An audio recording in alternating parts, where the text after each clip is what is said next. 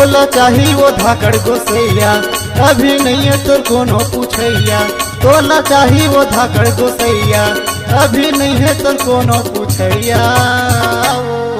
सुनबो तोला 108 मालक जाप करवाइल पड़ी हो, तब जाके तोला ना लेख राम साहू कस गोसैया मिली हो।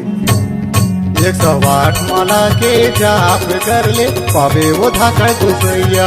108 माला के जाप कर ले पावे वो धाकड़ गोसैया।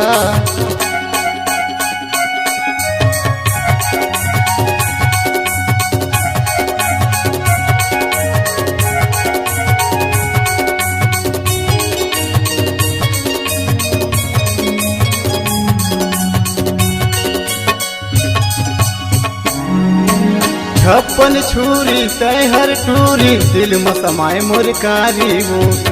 आना जाना तोर गली माँ, दिल में समाए कजरारी वो।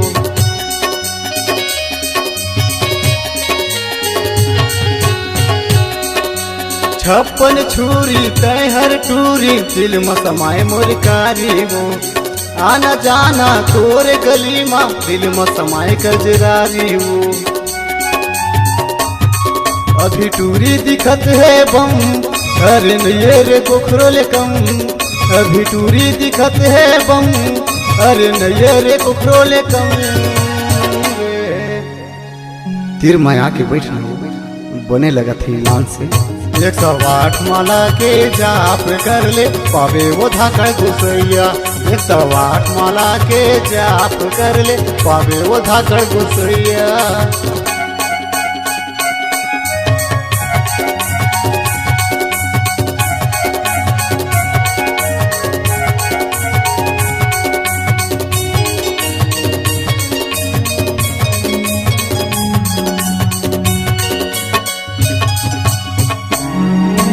देख राम साहू हो गे दीवाना, तोरे पाछू मोतियारी वो।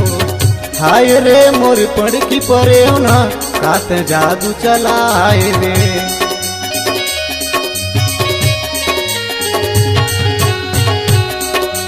देख राम साहू हो गे दीवाना, तोरे पाछू मोतियारी वो।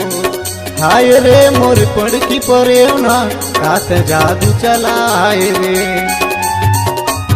मोरे गाँव ले जाहूँ तोला, तय पार्वती मैं भोला।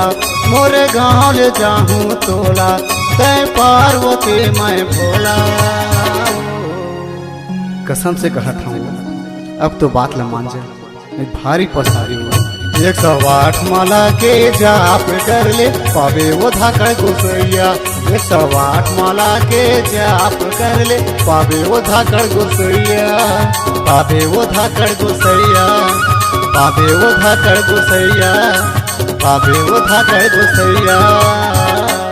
छत्तीसगढ़ी गाना सुनने के लिए हमारे YouTube चैनल को सब्सक्राइब करें और नए नए अपडेट पाने के लिए बेल आइकॉन को प्रेस करें।